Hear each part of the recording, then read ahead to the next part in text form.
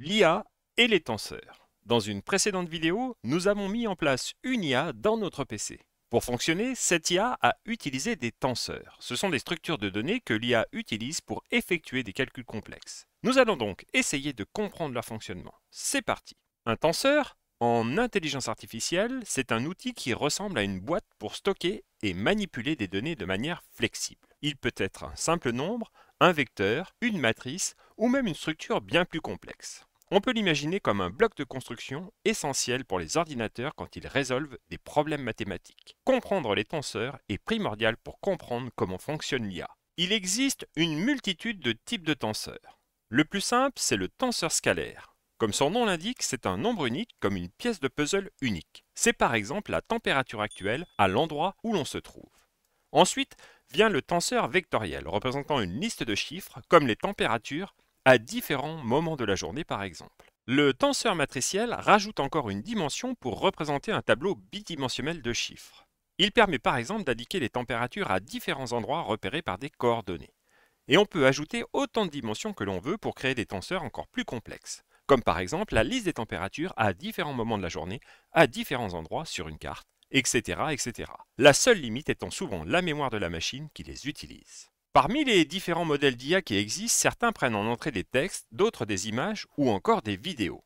Les réseaux de neurones qui composent ces IA ne sont pas capables de manipuler directement ces données. En fait, elles manipulent des tenseurs pour effectuer leurs calculs.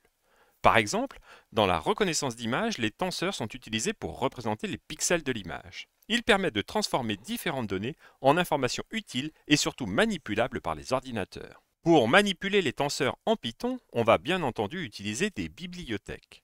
PyTorch et TensorFlow sont deux bibliothèques qui permettent entre autres de manipuler les tenseurs. Elles offrent des outils pour créer, entraîner et déployer des réseaux neuronaux. Toutes deux prennent en charge le calcul sur les GPU pour accélérer les tâches d'apprentissage. C'est-à-dire qu'elles peuvent utiliser des cartes graphiques de gamers pour calculer. Ces librairies sont largement utilisées dans la recherche et dans l'industrie pour créer des modèles d'IA.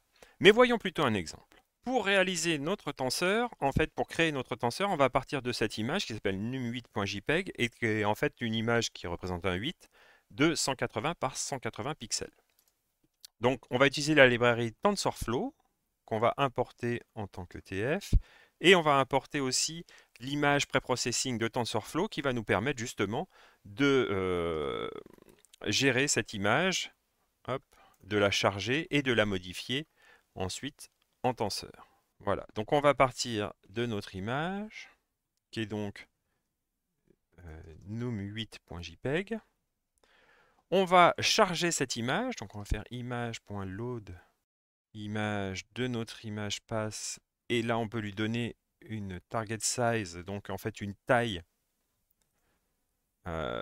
cible.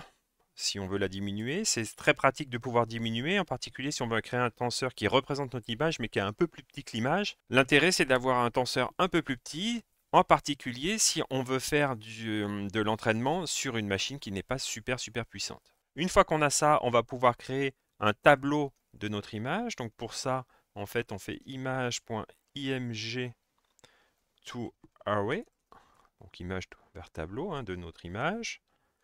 Et pour finir, on crée notre tensor, donc img tensor qui est égal à tf, donc, hop, .convert to tensor, rien de compliqué, de notre tableau.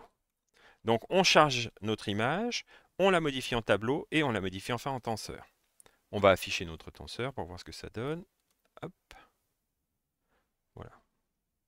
On sauvegarde, on lance. Ah bah oui, c'est pas import, c'est from. Hop.